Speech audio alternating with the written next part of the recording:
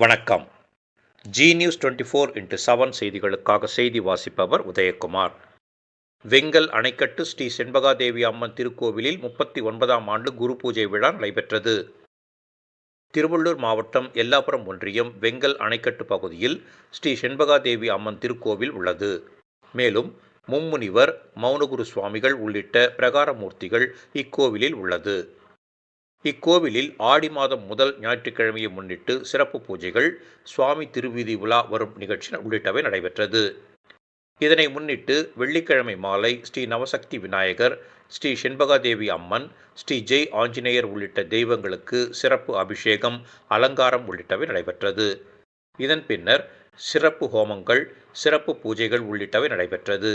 சனிக்கிழமை மாலை செண்பகாதேவி அம்மன் பூக்களாலும் மின் விளக்குகளாலும் அலங்கரிக்கப்பட்டு திருவீதி உலா வரும் நிகழ்ச்சி நடைபெற்றது. இன்று காலை செண்பகாதேவி அம்மனுக்கு ஊஞ்சல் சேவை நடைபெற்றது. கோவில் வளாகத்தில் கிராம மக்கள் வாடைப்பொங்கல் வைத்து வழிபட்டனர்.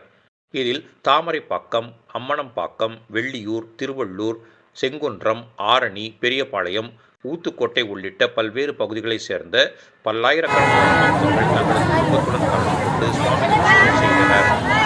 அனைத்து பக்தர்களுக்கும் தாலிக்கயிறு, மஞ்சள், குங்குமம் உள்ளிட்ட பிரசாதங்கள் வழங்கப்பட்டது. கோவில் வளாகத்தில் அனைத்து பக்தர்களுக்கும் மாபெரும் அன்னதானம் வழங்கும் நிகழ்ச்சியும் நடைபெற்றது.